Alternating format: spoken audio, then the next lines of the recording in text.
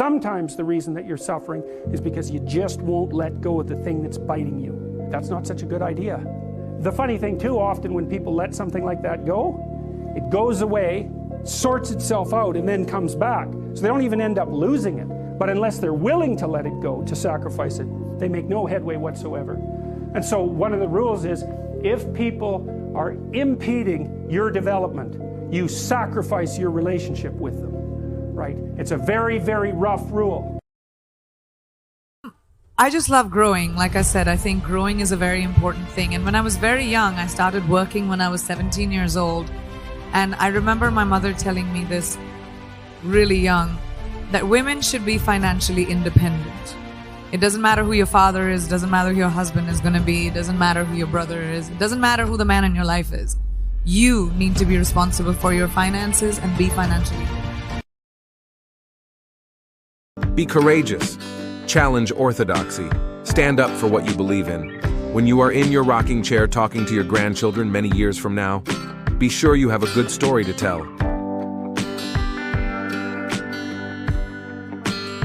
I'm telling you, if you get 20 people, 20 full-grown men in a room, and they can trust each other completely and nobody's out to snake them, even if all 20 are working normal jobs, but they pool their spare income, you will be rich. You'll be fine. Problem is finding 20 people you can trust. 20 people with normal jobs, you could pool your spare income, you could buy cryptocurrencies, you could buy houses, you could do whatever you want to do, and you would find a way to escape from it. I don't think most women can actually genuinely understand how lonely the majority of men are. Yeah. And you need to truly understand, if you're Joe Schmo, average in nearly every way, in Starbucks working, you ain't getting a DM ever. You girls will never be lonely.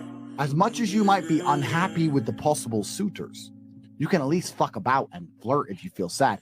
There are men out here in the world who have genuine loneliness. And I can prove this statistically. Why do you think it's all the men killing themselves compared to the women? I just want you to know that if you are out there and you are being really hard on yourself right now for something that has happened, it's normal. That is what is going to happen to you in life. No one gets through unscathed. We are all going to have a few scratches on us. Please be kind to yourselves and stand up for yourself, please. For me, becoming isn't about arriving somewhere or achieving a certain aim. I see it instead as forward motion, a means of evolving, a way to reach continuously toward a better self. The journey doesn't end.